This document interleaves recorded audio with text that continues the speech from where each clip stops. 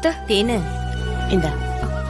ஐயோ அத்தை, நீங்க எதுக்கு இதை எடுத்துட்டு வந்தீங்க? ராத்திரியில இருந்து நீ சரியா சாப்பிடவும் இல்ல, சரியா தூங்கவும் இல்ல. முதல்ல இந்த காப்பிய குடி.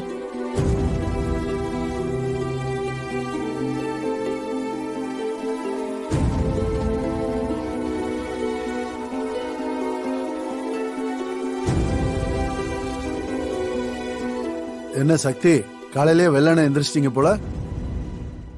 இல்லங்க, மீனாட்சிய நினைச்சு தேனு நைட்டு பூரா தூங்கவே இல்ல. மணி, நான் தான் பாத்துக்கிறேன், பயப்படாம தூங்குங்கன்னு சொன்னல. மீனாட்சி எங்க ஜீவா? பயப்படாதீங்க, அவ சேஃபா ஒரு இடத்துல செட்டில் ஆயிட்டா. எங்க? கயலோட ஃப்ரெண்டு தங்கி இருக்கிற ஒரு ஹாஸ்டல்ல தான்மா.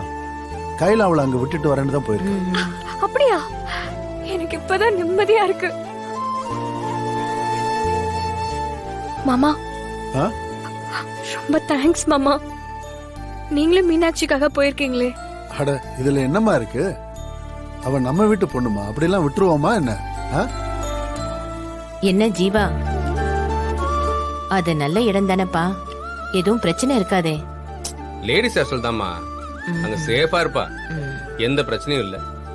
கொஞ்ச நாளைக்கு அங்க இருக்கட்டும், அதுக்குள்ள நல்ல வீட பார்த்து கூட்டு வந்துருவோம்.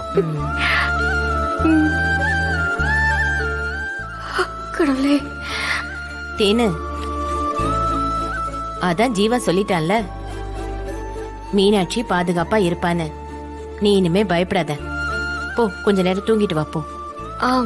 சரிங்க அத்தை.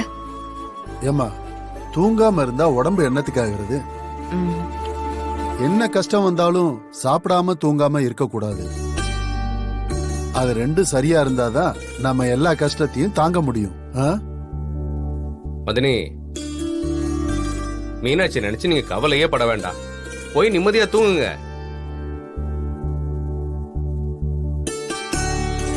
அட போங்க மதனி. சரி.